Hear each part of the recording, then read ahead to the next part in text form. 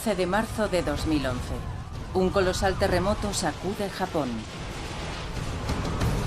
El descomunal temblor de magnitud 8,9 abre grietas a su paso en casas, negocios y barrios densamente poblados. El vídeo muestra las imágenes de la devastación. Minutos después, una ola gigante invade la costa nororiental. El tsunami arrasa el aeropuerto de Sendai y la gente huye despavorida para ponerse a salvo.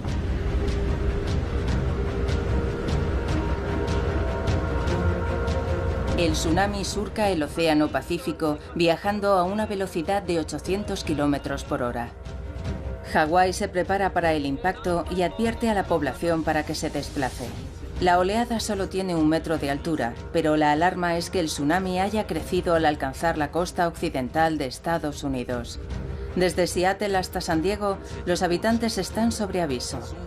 Los informes indican que en Japón el terremoto ha causado miles de víctimas mortales. Los daños en Estados Unidos son escasos, pero se está gestando un megaterremoto, al menos igual de potente. El próximo tsunami que golpee Japón podría comenzar con un gran terremoto justo frente a la costa de Estados Unidos. Dejará mudo al mundo. Será mucho peor que la catástrofe del Katrina. Hablamos de algo que es decenas de miles de veces más potente que cualquier terremoto que hayamos visto. ¿Empieza el desafío para predecir cuándo se producirá? No me sorprendería que pasara la semana que viene. ¿Y qué potencia alcanzará la ola de destrucción?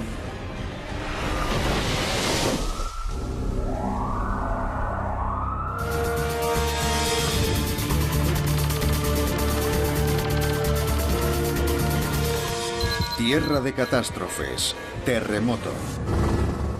El terremoto de Japón fue el más grande de los registrados en el país. Pero en los últimos 10 años ha habido terremotos igual de destructivos por todo el planeta. Los megaterremotos están entre las fuerzas más poderosas de la naturaleza. Compiten con la energía destructiva almacenada en un arsenal de bombas atómicas. Y golpean repentinamente, con violencia y sin previo aviso.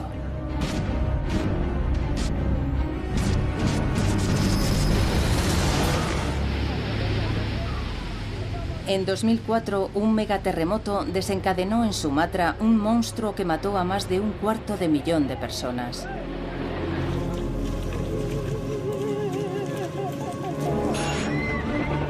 En 2010, otro gran seísmo, esta vez en Chile. Este megaterremoto tenía la potencia de miles de bombas nucleares. Aceleró la rotación de la Tierra, acortó la duración del día en 1 microsegundo y desplazó 3 metros una localidad entera. Muchos investigadores sospechan que el noroeste del Pacífico está ahora en el mismo punto de mira. 3 grandes ciudades, Vancouver en la Columbia Británica, Seattle en Washington y Portland en Oregón, y 10 millones de personas se sitúan justo en la zona de peligro. Algunos expertos pronostican una cifra de muertos comparable a la Segunda Guerra Mundial.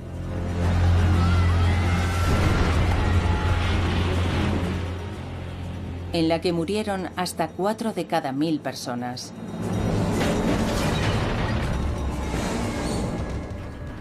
En la historia reciente, Chile fue arrasado por un terremoto de magnitud 8,8. Y en 2004, Sumatra tembló con la fuerza de un seísmo de magnitud 9,1.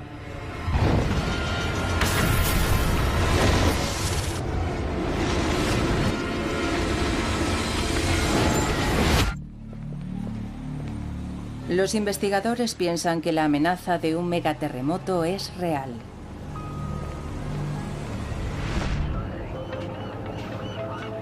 Justo frente a la costa, bajo las olas oceánicas, yace oculta una bomba de relojería. De aquí va a venir el terremoto. Está a una profundidad de unos 15 kilómetros bajo el suelo oceánico que está justo debajo. El geólogo marino Chris Goldfinger se acerca todo lo humanamente posible al lugar donde la Tierra empezará a abrirse. La zona de impacto del megaterremoto.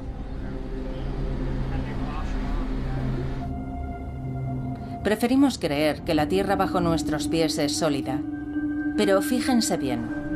La corteza en realidad está formada por alrededor de una docena de placas que se desplazan, se extienden y friccionan entre sí a lo largo de las líneas de falla.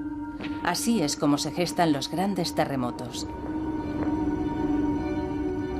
En Cascadia, una de las placas del Pacífico llamada Juan de Fuca converge con la norteamericana y se hunde por debajo de ella. Es una franja especial llamada zona de subducción.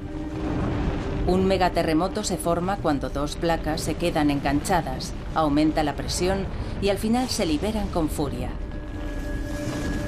Los investigadores no pueden mirar en el interior de la Tierra y observar las placas, pero los instrumentos de alta tecnología dibujan un panorama de catástrofe inminente. Una cámara submarina graba imágenes del lugar donde ambas placas están en contacto, a unos 100 kilómetros de la costa. El vídeo apenas revela señales de alarma, pero Goldfinger ve fuerzas descomunales y peligrosas en acción. Bien, vamos a sacarlo. El sonar detecta lo invisible para la cámara.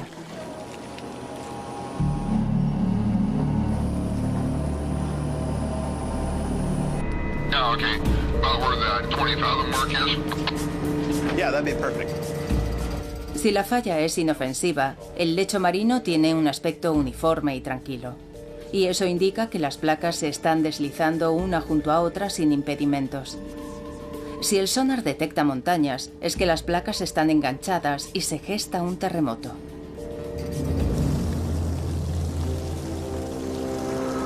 El mapa del sonar es claro.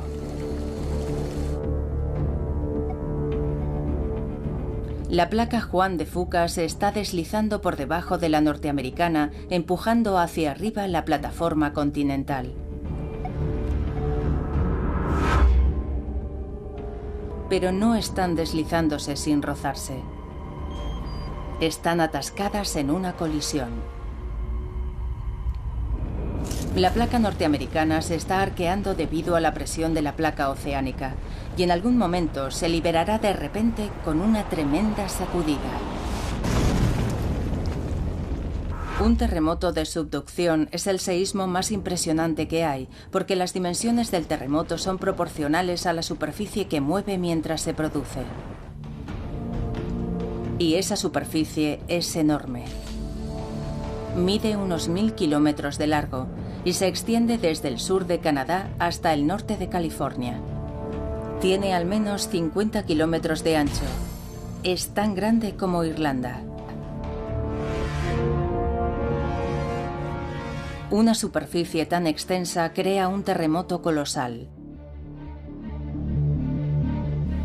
La falla que lo origina es tan grande que los científicos la han llamado megasacudida.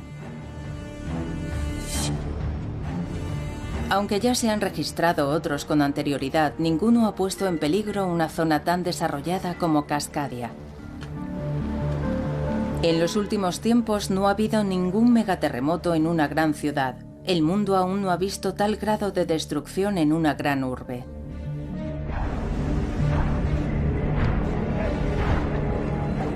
Debido al tamaño de la falla, los tremendos temblores pueden durar hasta 5 minutos. Toda una vida de horror para quienes sufren la experiencia.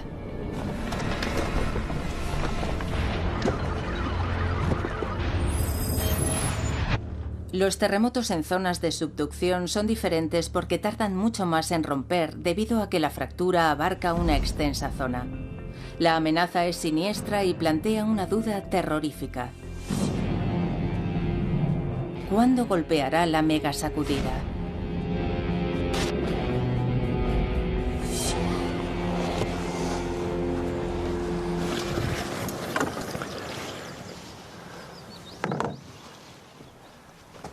Los geólogos Rob Wither y Tim Walsh buscan pistas. Algunos indicios son crípticos y oscuros, como las leyendas milenarias de los indígenas americanos.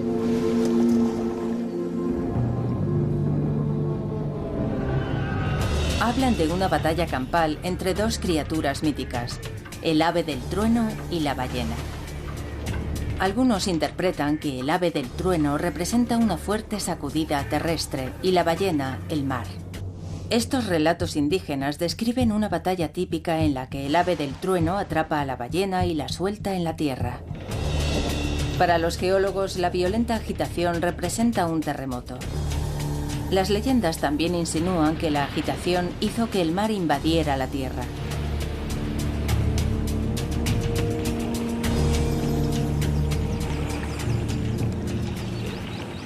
Este conjunto de árboles muertos desde hace milenios se conoce como el bosque fantasma. Un bosque petrificado que tiene una historia que contar.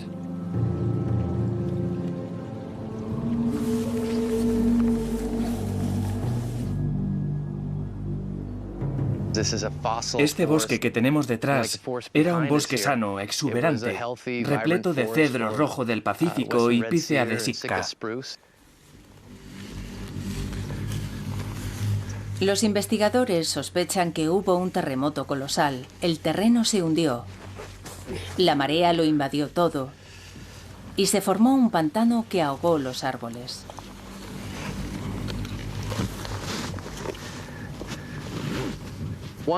Al quedar sumergido, el bosque no pudo sobrevivir en agua salada y los árboles empezaron a morir.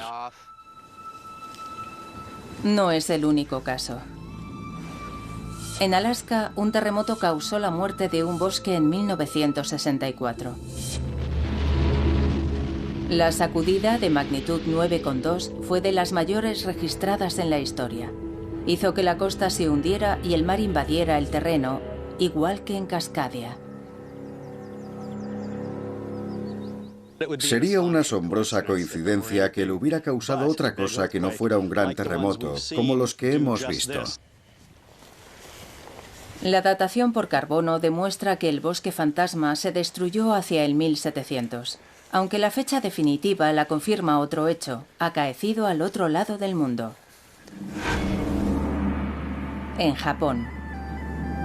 Y que también causó una gran inundación. El reciente tsunami de Japón no ha sido el primero en golpear el litoral japonés. Surgidas de la nada, unas olas gigantescas alcanzaron violentamente la costa. Ocurrió el 27 de enero de 1700, en la época en que murieron los árboles de Cascadia. Apuntaba a Cascadia como el lugar donde se había formado el tsunami. Las piezas encajaban. En enero de 1700 había tenido lugar un terremoto colosal que había hundido la costa y anegado los bosques.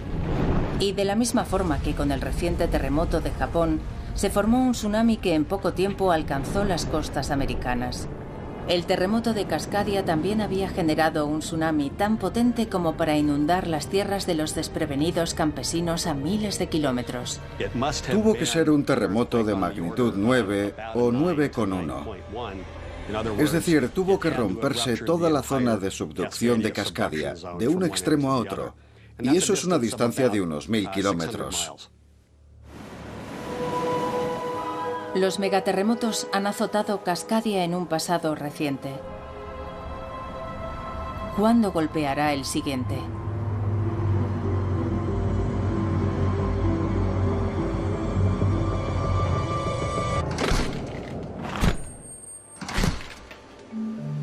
En una fría cámara de la Universidad Estatal de Oregón, Chris Goldfinger busca pistas entre montones de tierra.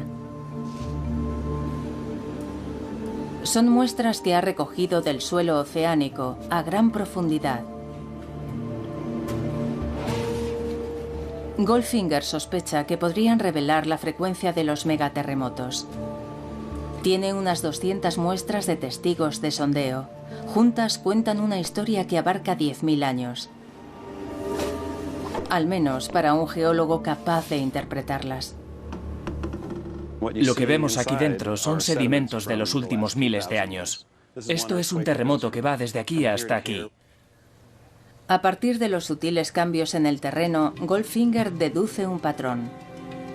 Los cambios marcan dónde se ha desencadenado un deslizamiento de tierras submarinas debido a un terremoto. La datación por carbono determina en qué momento golpean las ondas sísmicas. Los resultados no auguran nada bueno. En los últimos 10.000 años se han producido megasacudidas aquí en 19 ocasiones. El terreno que está debajo de Cascadia no es tan estable como se pensaba. El periodo mínimo entre un terremoto y otro es de 170 a 200 años. Ya han pasado unos 310 desde el último, y es probable que se produzca otro terremoto. Nuestros instrumentos no pueden medir con precisión cuándo golpeará el próximo megaterremoto. Pero el geólogo Tim Melbourne ve indicios de lo destructivo que puede llegar a ser. Bueno, vamos a ver lo que tenemos aquí. Este instrumento es lo último en sistemas de localización de posición.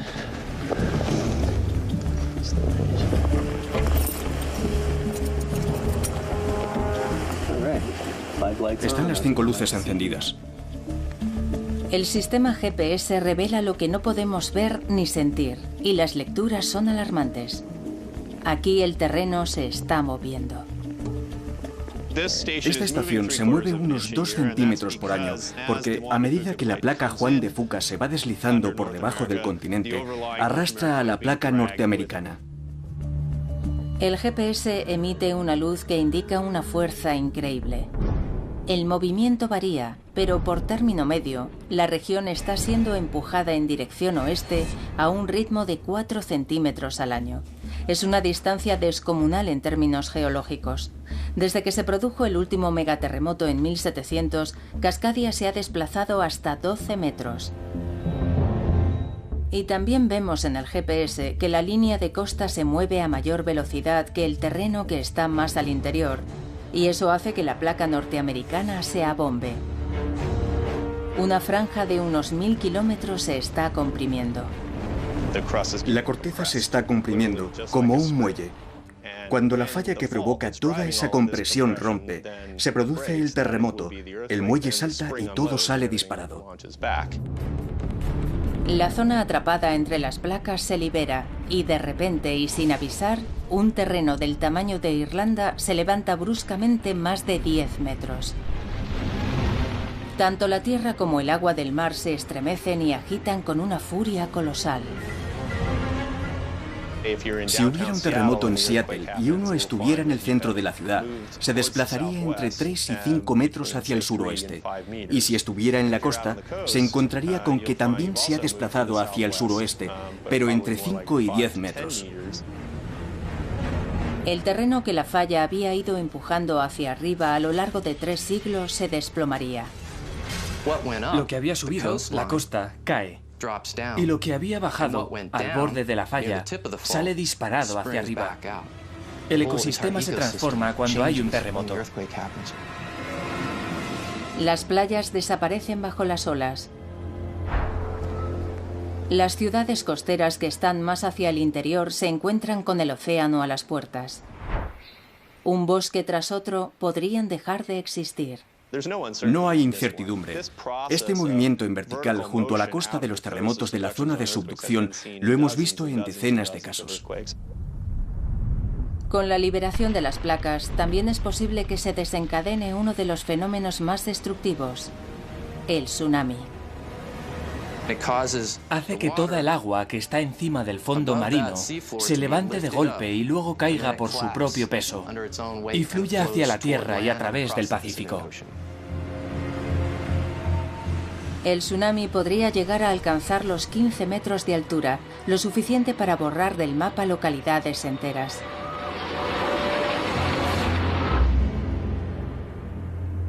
La falla tectónica de Cascadia empieza a revelar las fuerzas titánicas que están en liza. Pero queda una duda. ¿A qué distancia de las áreas metropolitanas se está moviendo la falla y genera las ondas sísmicas? Algo muy preocupante es que el megaterremoto se desencadene a menos de 150 kilómetros de Seattle, la ciudad más importante de la región. Ahora, nuevos indicios demuestran que puede golpear mucho más cerca incluso.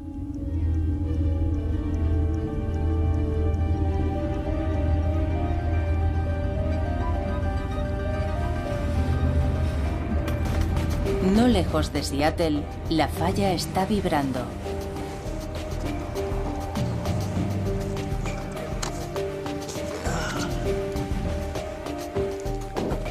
Los cambios no son tan repentinos como los de un terremoto normal. Son muy lentos. Esta falla que a todos nos preocupa tanto no es algo muerto e inanimado. En realidad es algo que está muy vivo. Unos 80 kilómetros hacia el interior desde la costa, las placas de Norteamérica y Juan de Fuca friccionan entre sí. Melbourne hace un seguimiento de los temblores en un instrumento subterráneo que registra los movimientos de la falla. Rex, hay que poner esto abajo, en la arena. Manténlo derecho y pégalo en el registrador de datos. Así podemos ver, minuto a minuto, dónde se está moviendo la falla de Cascadia y cuánto se ha desplazado en las últimas 12 horas. La falla no se mueve todos los días, sino a breves intervalos de 14 meses. Los cambios son los primeros movimientos sísmicos que los expertos han aprendido a predecir aquí. Y llegan como un reloj cada 14 meses. En el laboratorio de Melbourne, en la Universidad Central Washington, se vierten los datos de todos los instrumentos repartidos por el estado. Melbourne los analiza por dos motivos: las señales de un episodio más grave y lo cerca que se sienten los temblores en Seattle.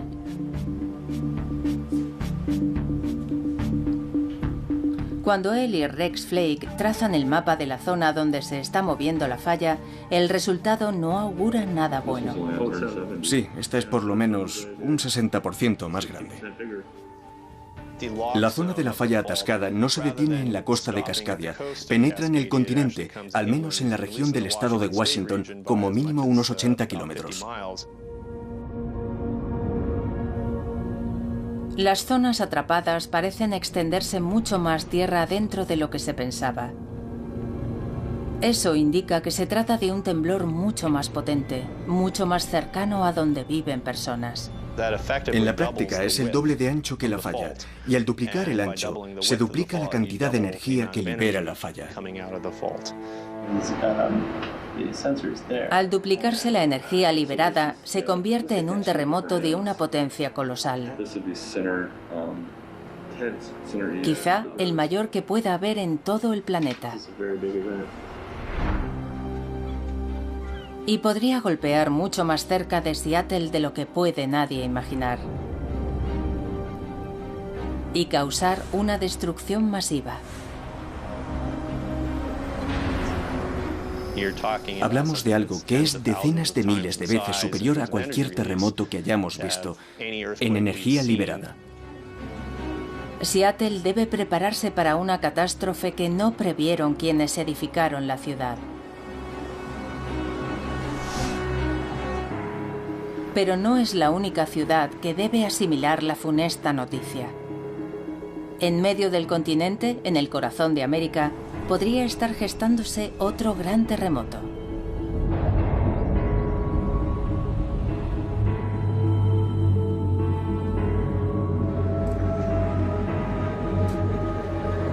Memphis, Tennessee, está muy alejada del paisaje sísmico tradicional.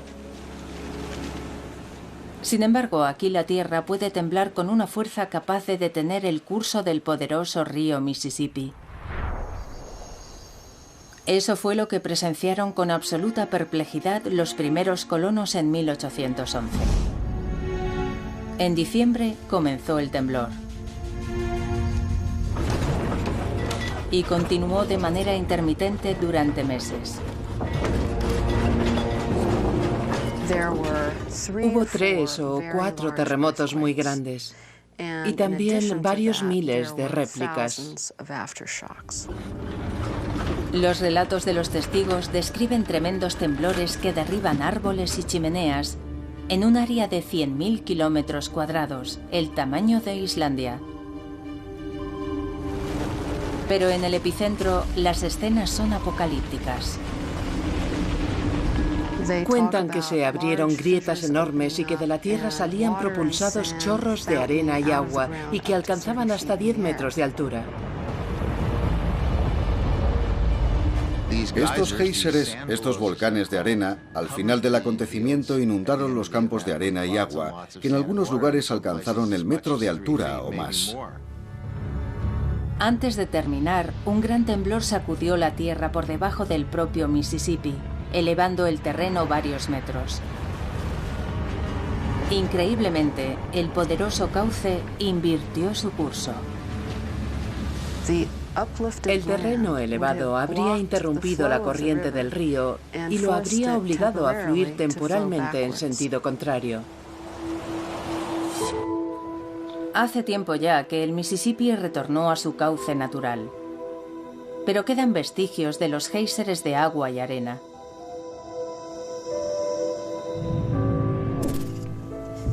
Las excavaciones de estos géiseres y la búsqueda de fallas ocultas ponen al descubierto lo que sucedió aquí y lo que puede ocurrir en Memphis.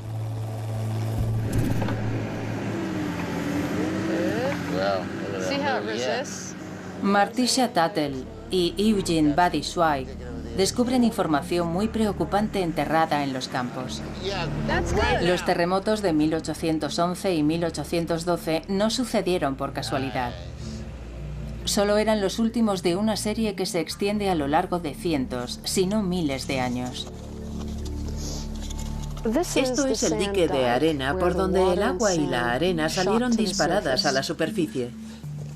Los terremotos transformaron la tierra húmeda y arenosa en un fluido. La presión del agua entre los granos de arena aumenta por el temblor y hace que se separen y dejen de estar en contacto unos con otros. El material deja de ser una simple capa de arena para comportarse como un líquido. Los temblores licuaron el terreno hasta una profundidad de 6 metros aproximadamente. El aumento de la presión dentro del terreno licuado lo obligó a buscar una salida. Hizo erupción.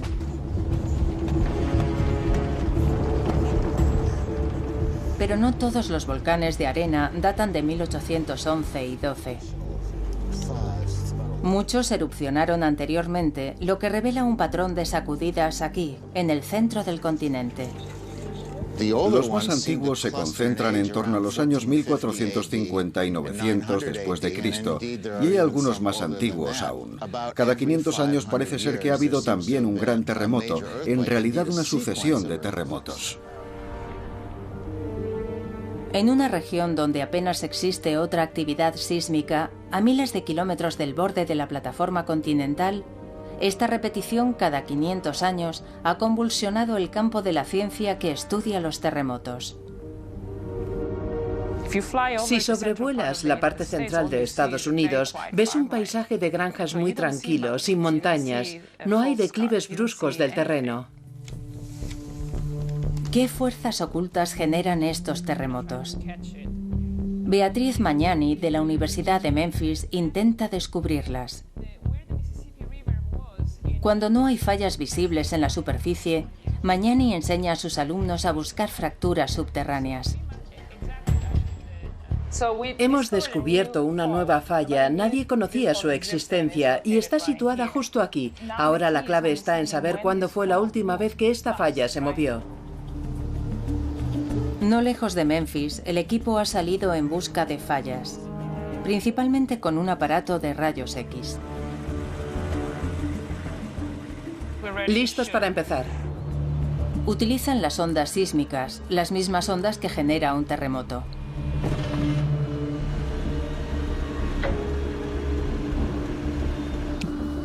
Las ondas rebotan contra el sedimento que hay abajo y retornan, y son recogidas por unos dispositivos de escucha llamados geófonos. Los datos registrados revelan la existencia no de una falla, sino de muchas. Nos encontramos con que hay múltiples fallas que están ocultas bajo los sedimentos del río Mississippi. Es un fenómeno fuera de lo común que los geólogos todavía se afanan en comprender. Como una alfombra gastada, el territorio continental norteamericano tiene una zona débil. Hace miles de millones de años, el continente empezó a fragmentarse. No prosperó, pero el desgarro nunca terminó de cerrarse y dejó una fisura. La grieta se sitúa ahora como una cicatriz en medio del continente y atravesando esta fisura encontramos enormes fallas. Se piensa que estas fallas se están reactivando ahora, 500 millones de años después. Los científicos aún no saben por qué las fallas se mueven y generan terremotos, pero cuando tiene lugar uno, puede desencadenar otro en las proximidades. Seguramente por eso, en lugar de haber un solo terremoto en 1811 y en 1812, en realidad hubo múltiples episodios, porque hay tantas fallas fragmentándose en esta zona que cuando una grande se rompe tiene que amoldarse a las demás. Los constructores de Memphis nunca lo supieron, pero habían edificado su ciudad muy cerca de un importante sistema de fallas.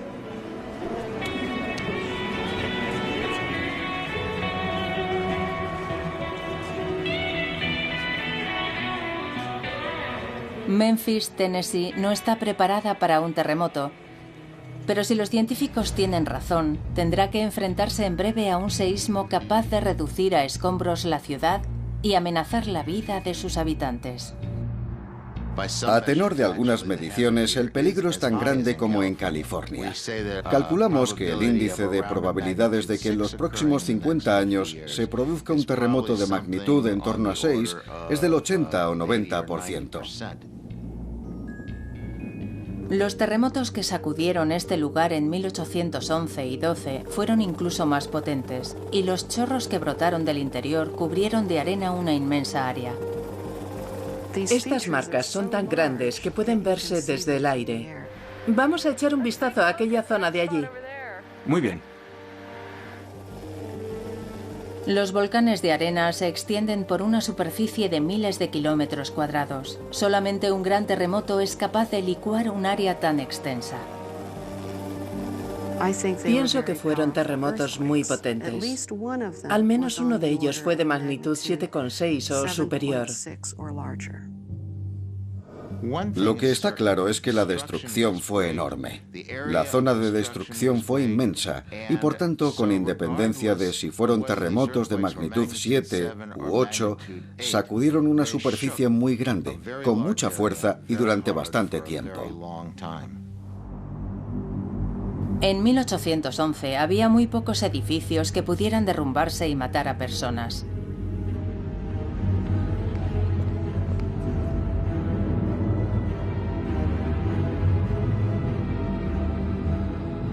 Pero hace muy poco hemos sido testigos de lo que puede suceder cuando un potente terremoto sacude una ciudad desprevenida.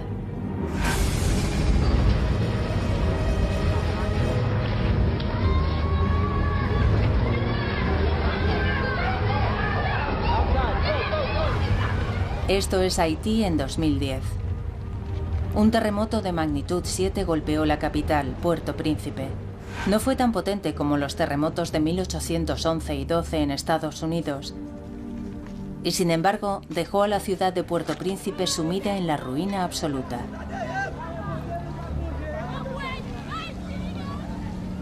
Murieron más de 200.000 personas. No es probable que Memphis sufra una destrucción semejante, pero la vulnerabilidad de la ciudad preocupa a los responsables de situaciones de emergencia, como Jim Wilkinson. Si aquí llegara a haber un movimiento sísmico de la magnitud que nos dicen que podría alcanzar, será una verdadera catástrofe. Habrá que utilizar todos los recursos de que dispongamos para afrontarlo. Aquí persisten las sacudidas del terreno con ligeros temblores. En Memphis se recibe un recordatorio del peligro unas 4 veces a la semana. Registramos unos 200 terremotos al año. Sus magnitudes oscilan entre 4 y 1,5. Estos temblores son motivo de controversia. Podrían ser simples réplicas de los de 1811 y 1812. Los escépticos señalan también datos de GPS no concluyentes. Si apenas hay indicios de fuerzas que colisionan bajo la Tierra, en su opinión eso significa que aquí la zona de falla se está cerrando. Su teoría es que los terremotos de 1811 y 12 y los grandes terremotos que los precedieron cada 500 años han desactivado ese sistema de fallas. No deberíamos esperar otro terremoto hasta dentro de unos 10.000 años. Beatriz Magnani está entre los que piensan que el peligro existe. Debemos seguir vigilando la zona sísmica, porque es el mismo sistema de fallas que se ha venido rompiendo en los últimos 5.000 años. Y solo hace falta una.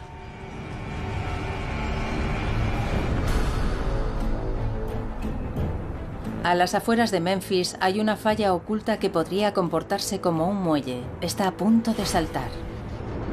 Los terremotos ocurren prácticamente a diario. Sabemos por la historia que fueron episodios graves y muy destructivos y hay consenso sobre que el peligro es real.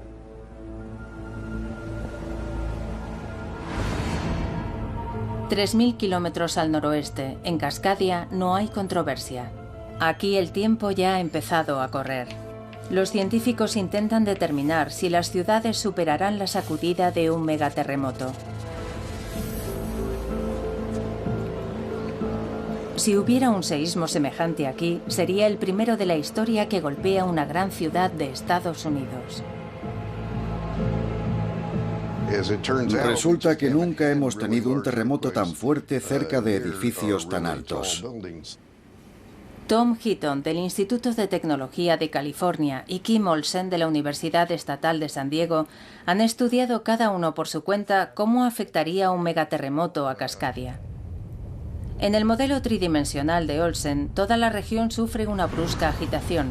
Aparece coloreado de amarillo y verde. Es un fenómeno observado en muchos terremotos. El terreno se agita de un lado a otro muy deprisa.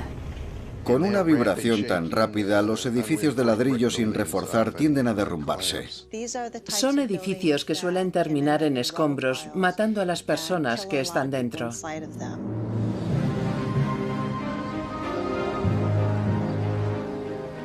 Los distritos históricos de Cascadia están llenos de estructuras de ladrillo sin reforzar.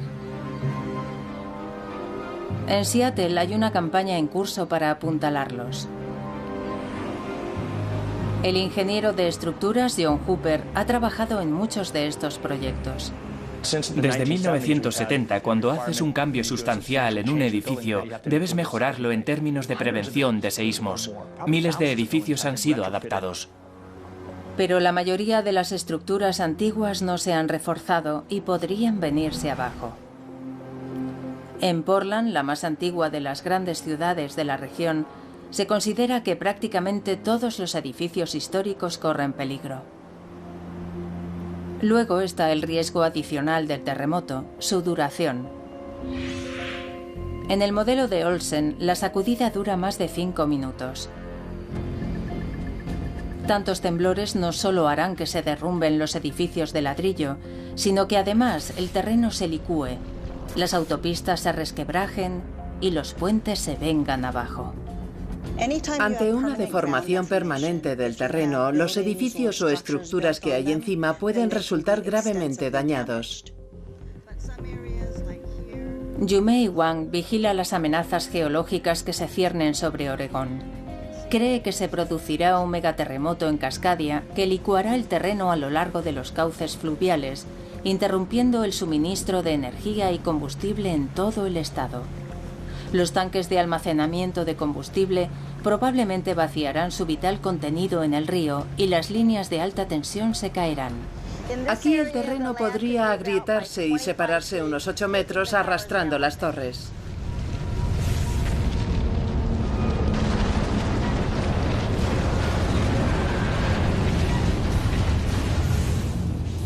Lo que más preocupa a Heaton y Olsen es cómo se comportarán los rascacielos. Sobre todo los de la ciudad más importante de la región, Seattle.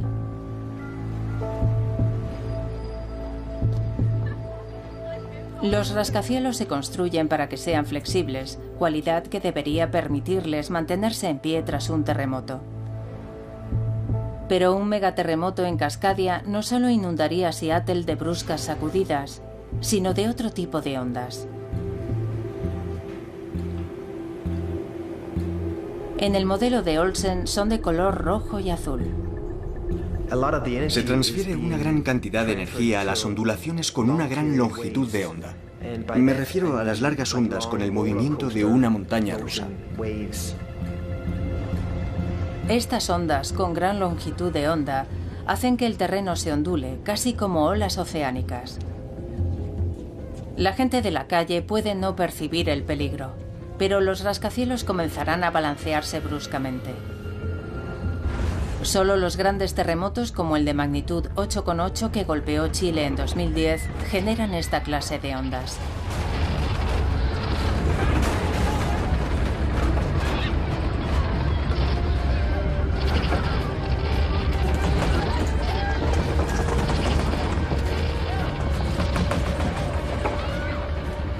Estas ondas pueden ser especialmente peligrosas en Seattle, porque la ciudad está asentada en suelos profundos que atrapan la energía sísmica. Amplifica esos movimientos lentos de la Tierra. Hace que sean mayores y que duren más tiempo. Lo que tememos es que el balanceo se acentúe tanto que los rascacielos terminen desplomándose.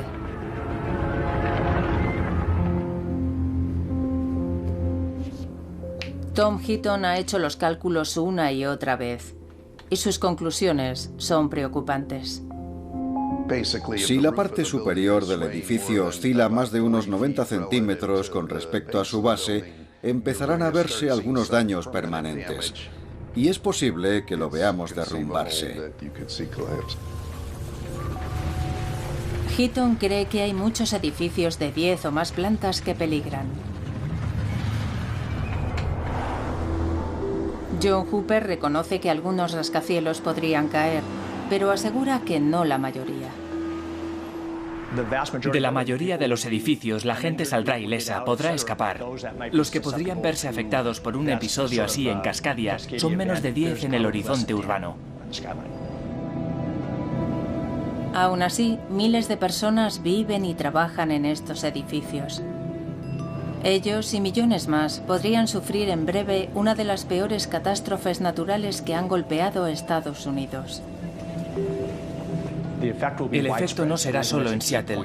Podría ir desde Vancouver, todo hacia el sur hasta el norte de California.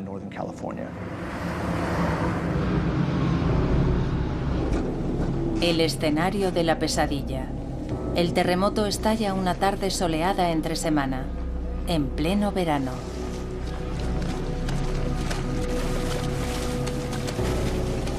Muchos están en el trabajo, en estructuras altas, en antiguos edificios de ladrillo que pueden derrumbarse.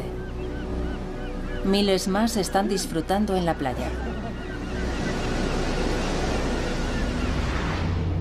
Justo frente a la costa del norte de California, de repente se desata el megaterremoto. La ruptura comienza en un extremo de la falla rasgando como una cremallera. Avanza a unos 3 kilómetros por segundo. Al salir disparada hacia arriba, la placa norteamericana genera un tsunami. A 1000 kilómetros por hora, tardará 4 horas en alcanzar Hawái. Y 8 en inundar Japón. Se espera que allí la mayoría se haya desplazado a terrenos más elevados.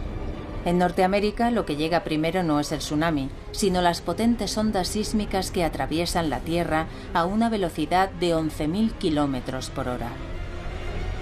Ocurrirá sin previo aviso. La gente sabrá que el terremoto golpea cuando la Tierra empiece a temblar.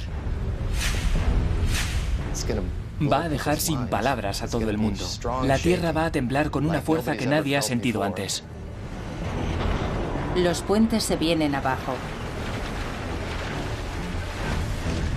El suelo se hunde. En menos de 2 minutos, las primeras olas llegan a Portland, Oregón.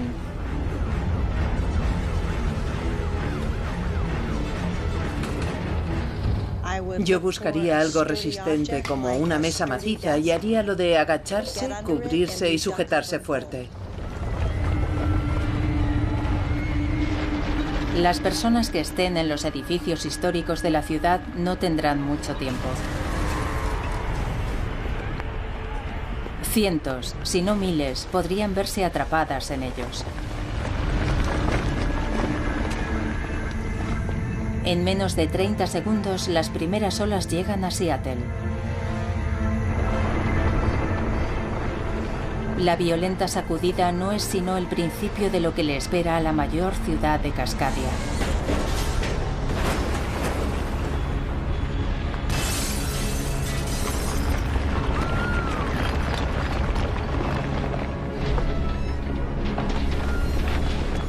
Puede que uno solo disponga de medio minuto desde que percibe el temblor de baja intensidad hasta que las sacudidas empiezan a superarlo.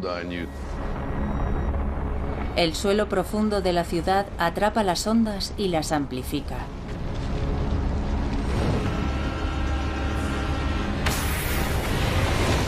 Si estás en un edificio alto, notas que empieza un tambaleo enérgico.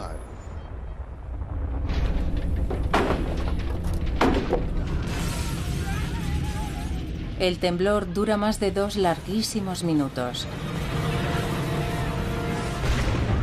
Se desencadenan incendios en toda la zona. Podría haber miles de corrimientos de tierra. A partir de los 3 minutos y medio, algunos rascacielos empiezan a sufrir daños catastróficos.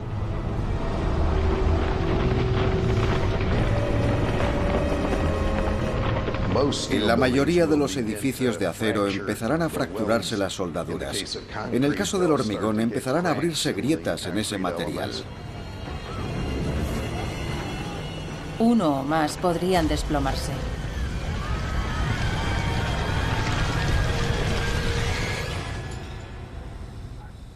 Parece una eternidad, pero al cabo de 5 minutos y medio, el suelo al fin deja de temblar. Los supervivientes de las ciudades desalojan la zona. Acaban de sufrir uno de los fenómenos más violentos del planeta.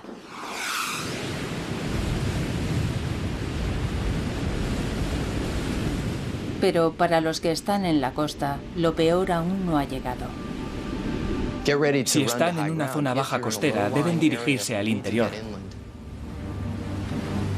A los 20 minutos de haber cesado el temblor, la primera ola monstruosa golpea Oregón.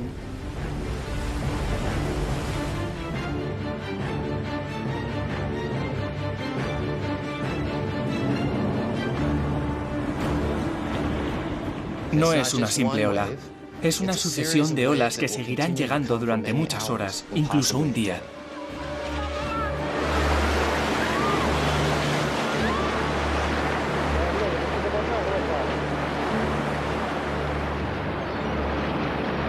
Cuando termine, 3 grandes ciudades habrán quedado prácticamente aisladas y destrozadas. Kilómetros de litoral habrán sido borrados del mapa. Miles de edificios habrán quedado destruidos o con daños permanentes. Más de 1 millón de personas se habrán quedado sin hogar. En Oregón habrán muerto hasta un total de 5.000 personas. Y pensamos que es un cálculo a la baja y que la cifra puede ser mayor. Es como nuestro Katrina, aunque pensamos que los daños serán muy superiores. Con la planificación adecuada, los servicios de emergencia no tardarán en llegar a la zona. Los helicópteros traerán el combustible y los alimentos y medicamentos necesarios. Y poco a poco, la región volverá a la vida. Pero la clave para una pronta recuperación es la prevención. Entonces, con esta adaptación, lo que hace es conectar los suelos con las torres. Sí. Para que se mueva todo a la vez. Sí. Lo que ve aquí es el acero que hemos colocado. Hay múltiples técnicas de ingeniería estructural que se pueden aplicar para reforzar el edificio y evitar que se derrumbe. Cientos de personas trabajan en este laboratorio de la Universidad Estatal de Portland. Piensan que se hubiera derrumbado en un megaterremoto en Cascadia. Si se hace la adaptación adecuada, este edificio se comportará mucho mejor que un edificio normal. Estados Unidos es un país resistente. Después de sufrir catástrofes como la del Katrina o los atentados del World Trade Center, fuimos capaces de recuperarnos y después de un terremoto en Cascadia, sabremos recuperarnos. Hoy, un día cualquiera de verano, Cascadia es la imagen de la tranquilidad, completamente ajena al peligro que acecha en el fondo del mar y en las profundidades de sus majestuosos volcanes. Portland, Vancouver y Seattle están a salvo. Por ahora.